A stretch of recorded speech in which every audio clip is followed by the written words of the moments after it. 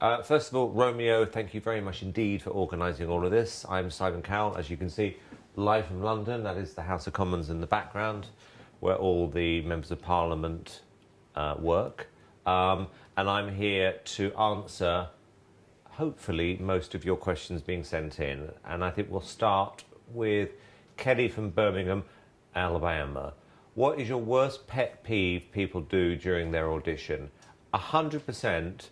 My worst pet peeve is when they just copy the original. It drives me nuts. Nowadays, we've got everyone turning up, singing Adele songs, trying to sound like Adele. Don't change the arrangement, copy it identically. It drives me crazy. I like people who go online, find an interesting twist on a song, and do something I've never heard before. That's my worst pet peeve. I want to hear from Paula from Los Angeles. Do you have any tips for people who plan on auditioning? Well, like I just said, I would say stand out from the crowd, study the charts. Where is there a gap in the market right now for you? Is there already one of you? If there is, don't bother. Work out, like we have to do running a record label, what isn't out there, and be original. Originality is key. I have a feeling if Lady Gaga had walked in to us on American Idol 3 years ago, she would have got a no. Now she'd get a yes, because I've learnt my lesson. In those days, we didn't like people who were a bit wacky, but now I love them. Melanie from Houston, did you help One Direction with their new album? Well, One Direction were originally 5 solo artists who turned up on XFactor. They didn't get through the middle rounds. I made a decision there and then we would put them into a group. It took me about 15 minutes to work it all out. Luckily it worked. And then regarding their album, I worked with them closely on it, but we have an A&R team who work for Sony Music and Psycho, my record label. They had a lot of ideas, what they liked, what they didn't like. But it was a team effort. And that's why it worked so well.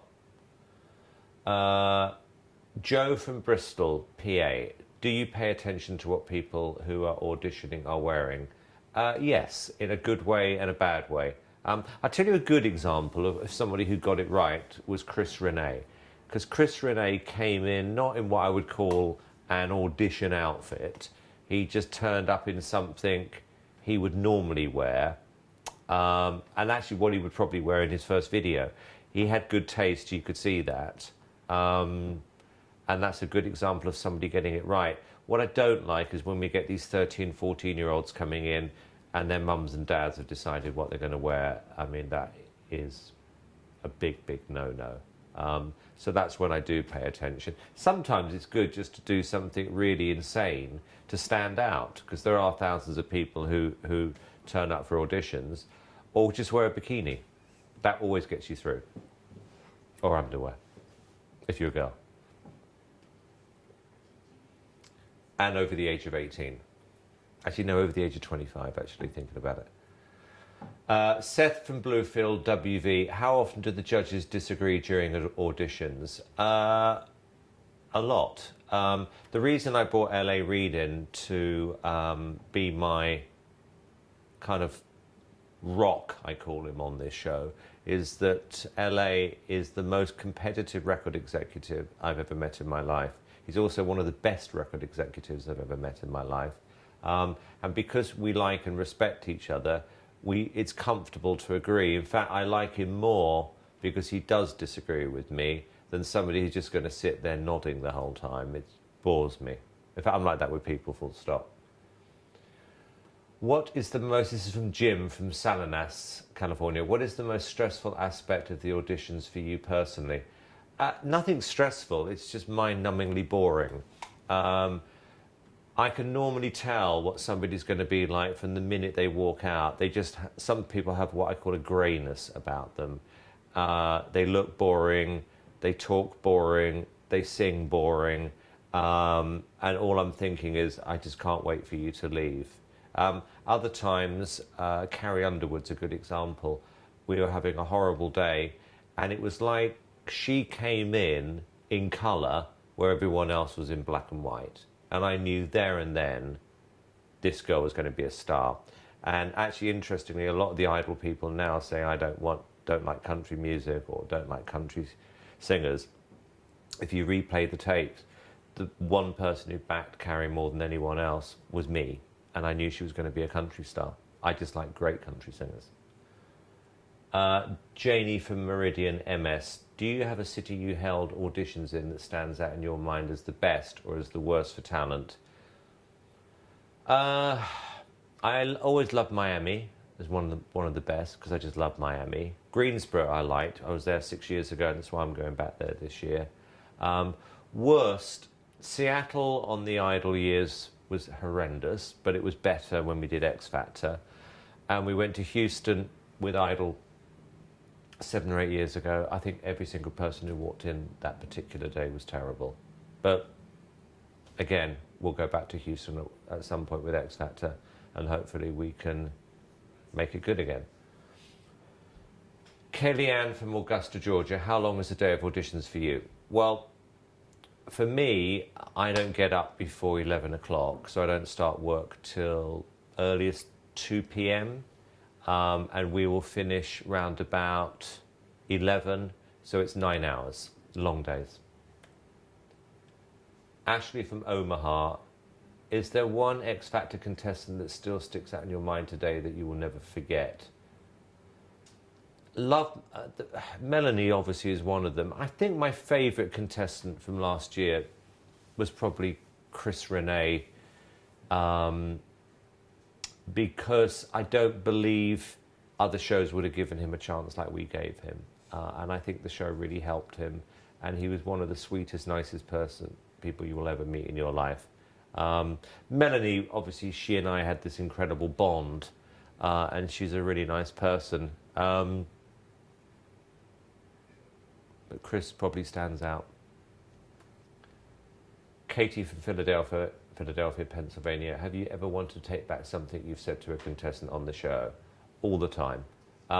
Not at the time. It's when you watch the show back, because I don't know what's happened backstage. So when I'm watching the show back, you normally hear something along the lines of, my dog died yesterday, this is the saddest day of my life, I'm going to sing this song and dedicate it to Lassie. I don't know about that. Next thing is you see me being horrible to this person and them crying backstage, but I didn't know the dog part. So that's when I'm kind of thinking, God, I really hate myself. But it happens. Robbie from Missoula, where's that? Montana. Why did you decide to break X Factor up in teams with coaches? I did it because I think it's a better way of working with contestants. I think our job is much better spent being a coach rather than a critic. Everyone's a critic. What I did on Idol was I just criticised. What I do on X Factor is I mentor along with the other 3 judges, and I use my experience and their experience from what I do for a living, what LA does for a living, running a record label, to actually give people constructive advice and to make them better. It's just much better job. But a good question. Alex from Riverdale, MD. Were you nervous after bringing Melanie Amaro back into the competition? Unbelievably nervous. I can remember having to go to her house, feeling really happy that I've made up my mind. I've made a mistake. I'm going to look great. This is going to sound great. She's definitely going to say yes. And then as I just knocked on the door, I remember thinking, what if she says no? What if she doesn't trust me? And when I walked in, and she was shocked when she saw me, and eventually I had to stand there and I said, look, Melanie, I'm here to apologise and to say that I want to give you a chance to come back. She just stared at me for 30 seconds. It was like a marriage proposal. And I'm thinking, yeah, hurry up, hurry up, hurry up. And eventually after 30 seconds, she said, yes. And I was nervous. I was more nervous that she was going to say no. But the second she came back on the show, it was like 100% the right decision.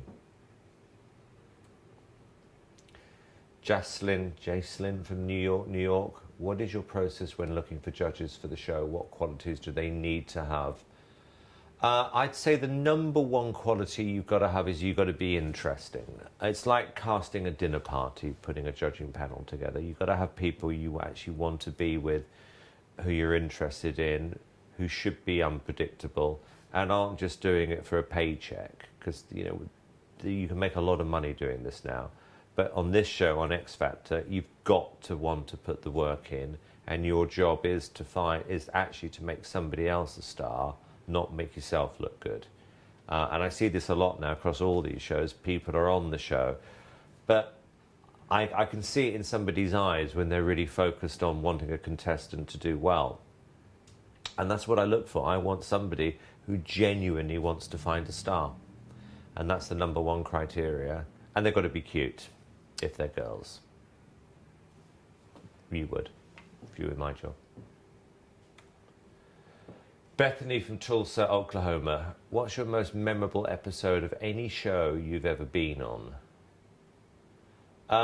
Probably Susan Boyle on Britain's Got Talent, having the worst day of my life ever, thinking this is a complete waste of time. I don't know why I'm doing this show anymore. I don't know why I'm here. Everyone's useless.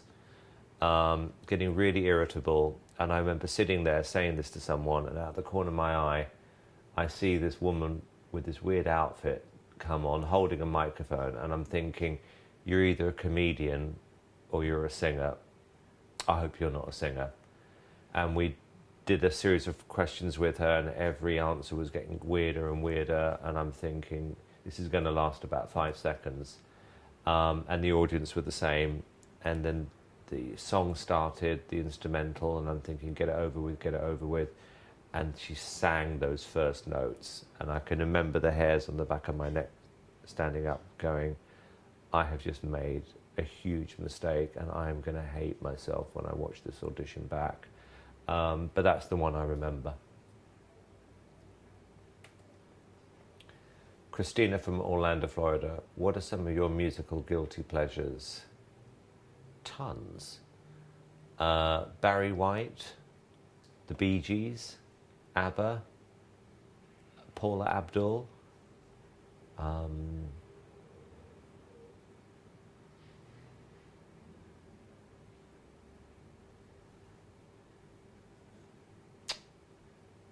God, the guy who sings Dankeschön, Wayne Newton. I love that song. Don't know what it is about it. Actually, I'll tell you why I love that song. It's from Ferris Bueller's Day Off. It's the float scene, and he sings Dankeschön. Love it. That's why I love that song. So Wayne Newton. Dana from Salt Lake City, Utah. What sets your show apart from all the other talent shows on TV, in your opinion? It's just better than anyone else's. That's it. Chris from Fairbanks. The group seemed to struggle the most last season. What do you recommend to make a group really stand out and succeed? Good question. Every group, I think, in history, somebody outside the group has said, I'm going to form a group. Jackson's father, Michael Jackson's dad, decided to form the Jacksons, I think. Most of the Motown groups and the Supremes, Temptations, Four Tops, the record label decided to put people into a group, or a producer, whoever it was. Spice Girls, one of the most successful girl groups of all time. A friend of mine, Chris Herbert, put an advert out looking for 5 girl singers. NSYNC were put together, New Kids on the Block were put together, Backstreet Boys were put together. So my suggestion would be is get 3 or 4 of your friends and do it yourself, because there is a massive, massive gap in the market right now for an American vocal group. There just aren't any at the moment. So you be the catalyst, you become the manager, and it can be something different. It can be 2 guys, Wham are one of the biggest groups in the world, boy and a girl, Sonny and Cher.